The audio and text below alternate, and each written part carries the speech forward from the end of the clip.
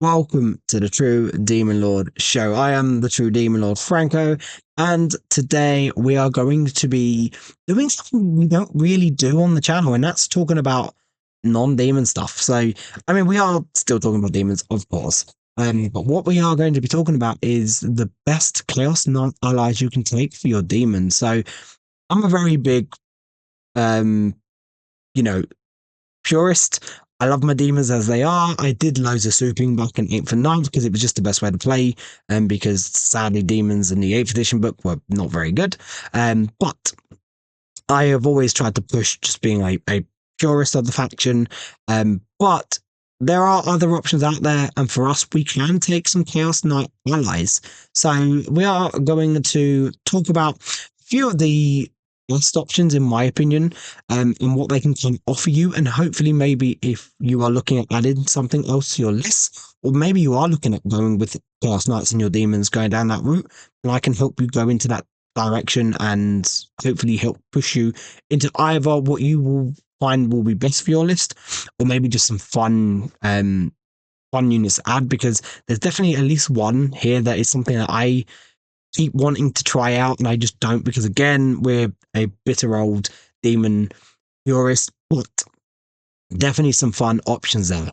So before we get into that, if you enjoy the content, please leave a like and subscribe. It helps out the channel massively and is hugely appreciated.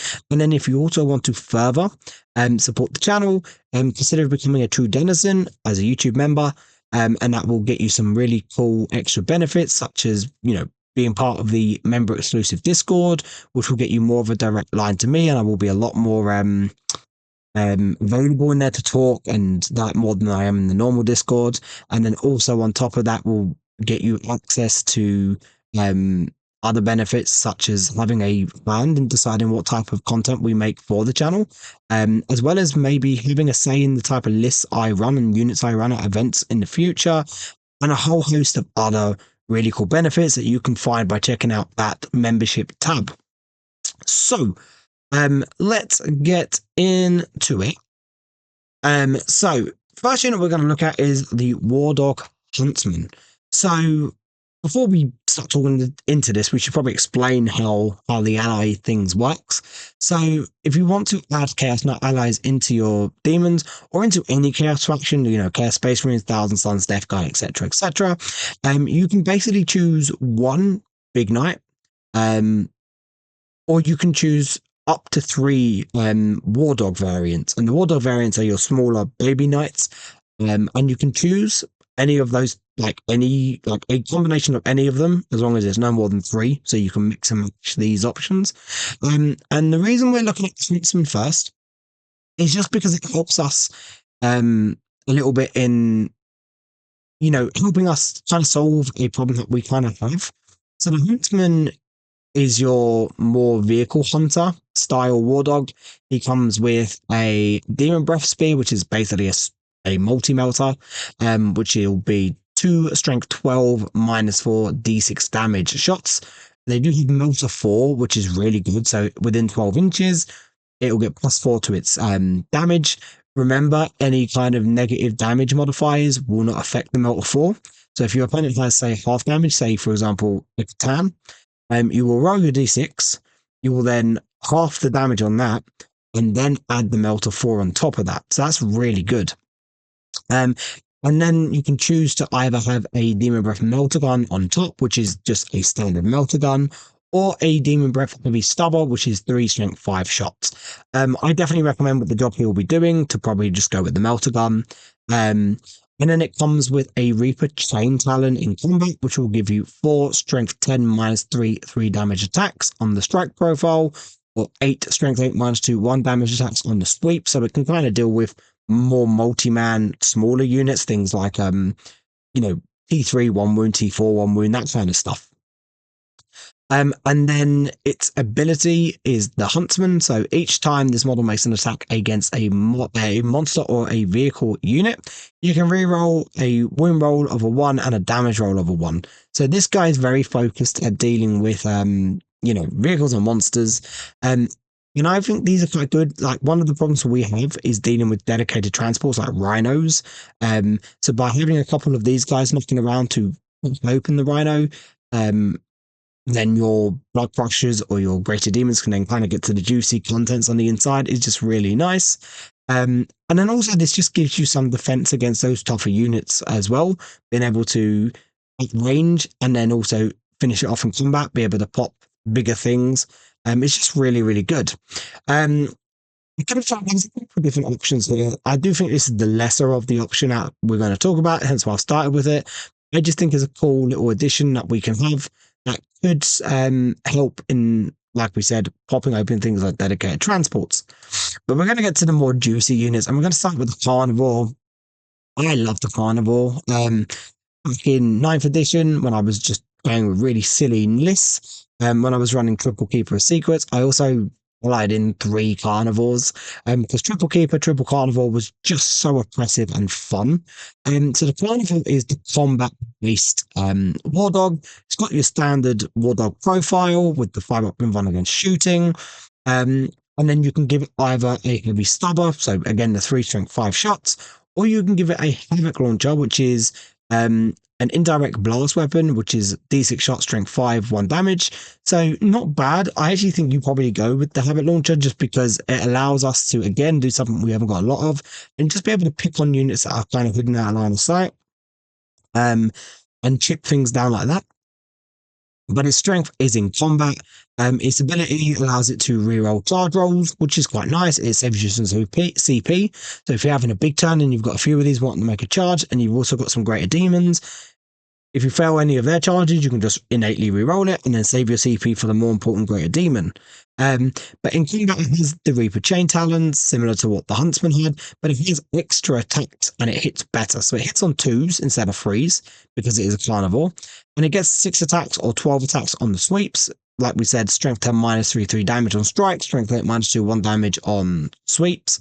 It also has a Slaughter Claw, which will give it 6 attacks, again hitting on 2s, at strength 12 minus 3 d6 plus 2 damage. So really, really good. If you are going to be using a strike profile or a bigger profile on Carnivore, you always go with the claw over the strike profile with the Chain Talon, because you've got the same amount of attacks, you hit the same. The Slaughter Claw has 2 extra points of strength, you have the same AP, and the Chain Talon will be doing 3 damage. The Slaughter Claw will be doing minimum 3 damage, maximum 8 damage. So always going to be smacking hard with the Slaughter Claw. But then you've also got the option to sweep should you need to, if you go into something a bit smaller. And you get, 12 attacks, which is not bad, hitting on 2s, meaning you can actually dent multi-man units that aren't really, really tough, like Custodians or Gorgons. And then with an OC of 8 as well, these guys are just very good at zooming up to an objective, beating up something on it, and then taking the objective off them. So I really like the carnivores. I can't lie, I know we keep saying about being a purist, but the idea of having 2 to 3 carnivores, I just love that really high pressure combat style list. And these guys, along with some keepers, Shalaxi and Blood Crushers, just really is a cool list idea. Then we're going to look at the Brigand, which I do think is probably the best option overall to take. And it is the shooty knight, so it is the combination of the carnivore and not the carnivore, sorry. It is the I don't know where I was going with it. I've lost myself. It's the shooty version, right? So the carnivore is the combat version, the Brigand is the shooty version, and then you've got like the Huntsman, which we looked at, but the Stalker as well, which is the more in between. This guy, not very good in combat, but he's not there for that.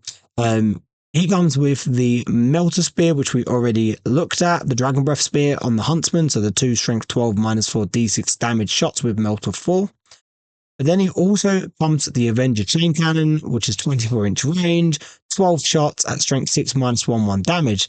This guy also hits on 2s in combat, in shooting, sorry. So like the Carnivore who hits on combat in 2s, this guy shoots on 2s, whereas the other middle variants hit on 3s and shooting on combat. So this is again shooting specialized, and it gets the same option of the Heavy Stubber or the Havoc Multi-Launcher, which is the outline of sight one, which again I recommend you probably go with the outline of sight shooting.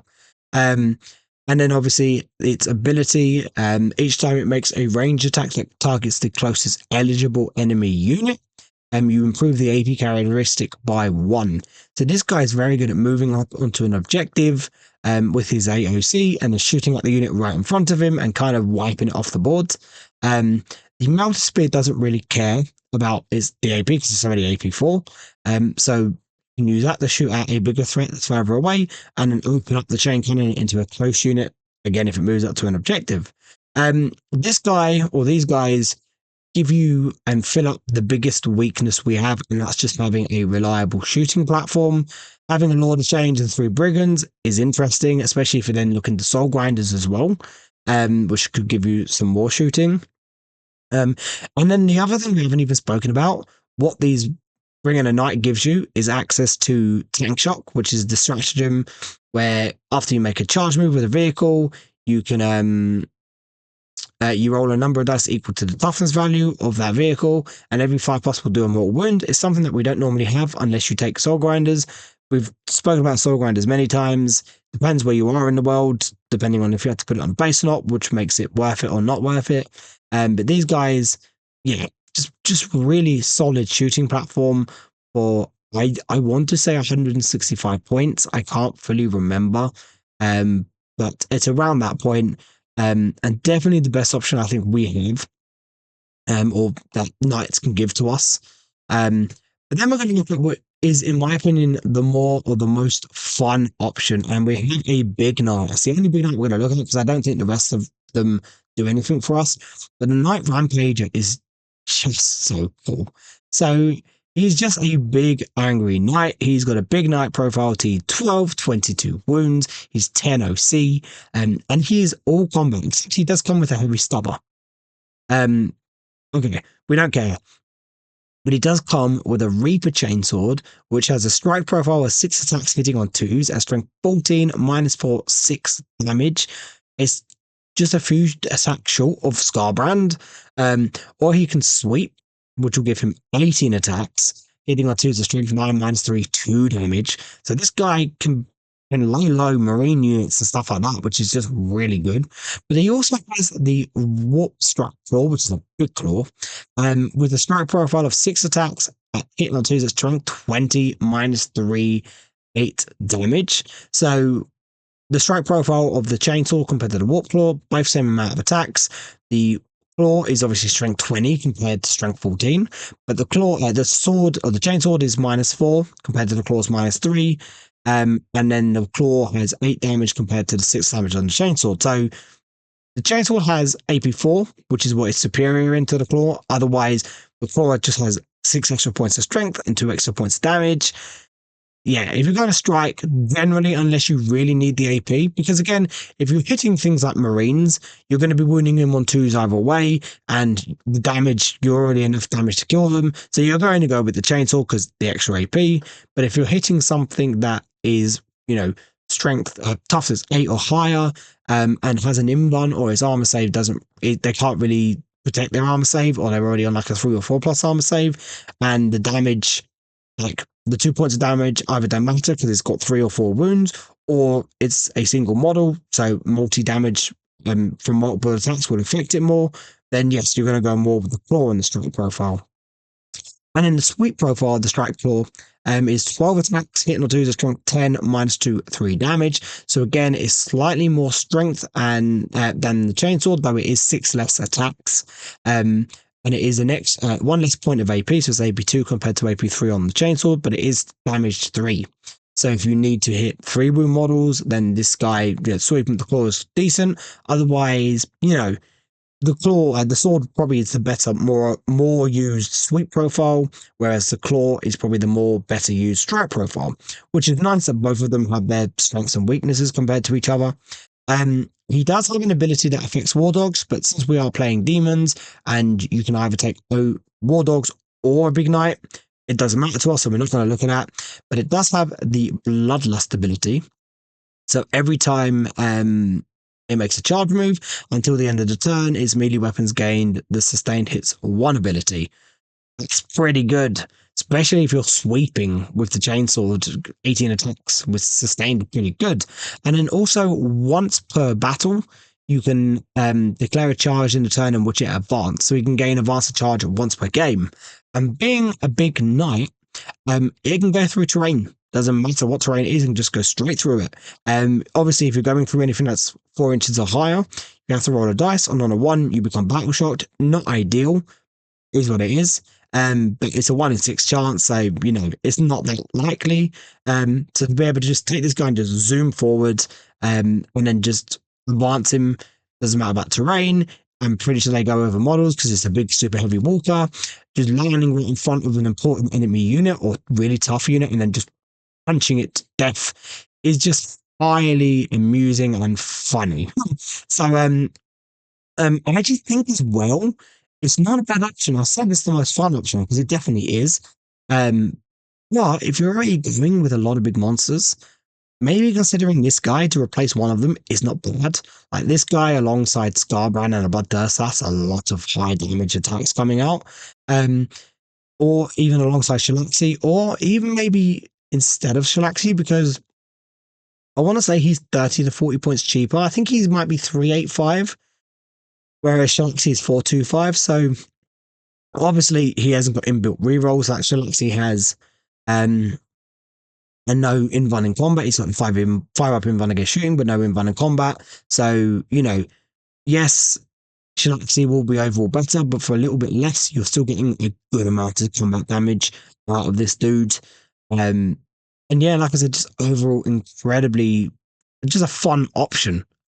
A big smashy knight to go along with your big smashy greater demons. So they're just 4 options that I think are pretty good for us. I think the Brigand is the best overall option. I think the Carnival has a lot to play in certain lists. I think the Rampager is fun as hell and also has some play. And then the Huntsman, I just wanted to include another knight, and it was, in my opinion, the better option of the Stalker or any of the other, like the Abominants or the Despoiler. Obviously you have the Despoiler, and you can take like double melter cannons on it or double battle cannons or whatever, but those are like 400 odd points. Yeah, I just think compared to Brigands or even the Rampager, you're just not going to really take it because, again, we're already going to be taking big monsters ourselves, which are quite expensive.